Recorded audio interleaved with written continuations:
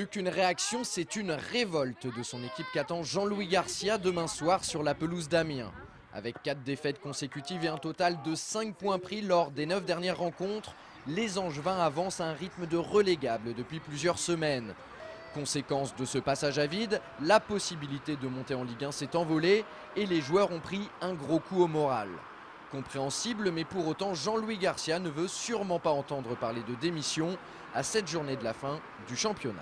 J'ai essayé de remobiliser mon équipe en essayant de toucher mes joueurs un petit peu dans leur orgueil. Quand on perd 4 matchs d'affilée, je pense que n'importe quel coach aurait pété les plombs.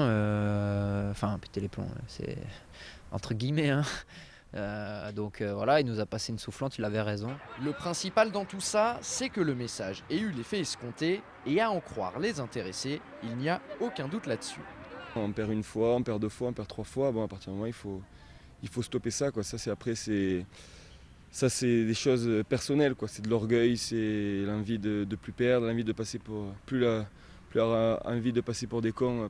Au-delà de remonter les bretelles de ses protégés, le coach angevin ainsi que les dirigeants ont fixé de nouveaux objectifs au groupe pour cette fin de saison. Maintenant, il s'agit de terminer en beauté et de ne surtout pas gâcher le travail de toute une année. C'est vrai que si on finit 10e, ce ne sera pas une belle saison, même si on s'était fixé au début de saison les 10 premiers. Maintenant, avec la saison qu'on est en train de réaliser, finir dans les 5, je pense que c'est un bel objectif et qui est réalisable jusqu'à la fin de saison, quoi. Pour atteindre cet objectif, les scoïstes savent ce qu'il leur reste à faire, se retrousser les manches et gagner le plus de matchs possible d'ici au 29 mai prochain. Pour terminer cette bonne saison, il va falloir déjà aller faire un résultat déjà positif à Amiens déjà. Puis après, les 6 prochains matchs, on verra, mais déjà commencer déjà par un bon résultat à Amiens, et puis on enchaînera les matchs après les matchs, et puis on verra bien à la fin. C'est donc en Picardie que le SCO va essayer de stopper l'hémorragie et de relancer la machine. Mais face à une formation qui n'a pas encore assuré son maintien et qui reste sur 2 bonnes prestations, la première face à Lens et la seconde sur le terrain de l'Estac, l'opération rédemption ne semble pas si évidente. Heureusement, Jean-Louis Garcia a déjà trouvé la parade pour contrecarrer les plans de l'entraîneur adverse, Thierry Loret.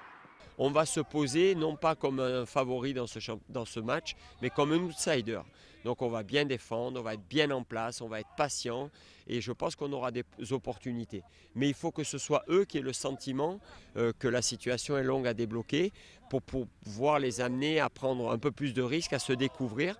Parce que c'est une équipe qui est très bien organisée défensivement. Déjà privé de David Leray pour ce déplacement, coach Garcia devra peut-être se passer des services de Bruno Ekwelemanga. Ce matin, l'international gabonais a été victime d'une petite entorse du genou lors d'un choc avec Serge Desblés. Sa participation à la rencontre de demain est incertaine. En cas de forfait du défenseur central angevin, Teddy Ngoli pourrait débuter. Mais de toute façon, avec ou sans Bruno Ekwelemanga, le plus important ce sera de voir 11 guerriers rentrer sur le terrain prêts à renverser des montagnes. Si tel est le cas, le résultat suivra tout simplement.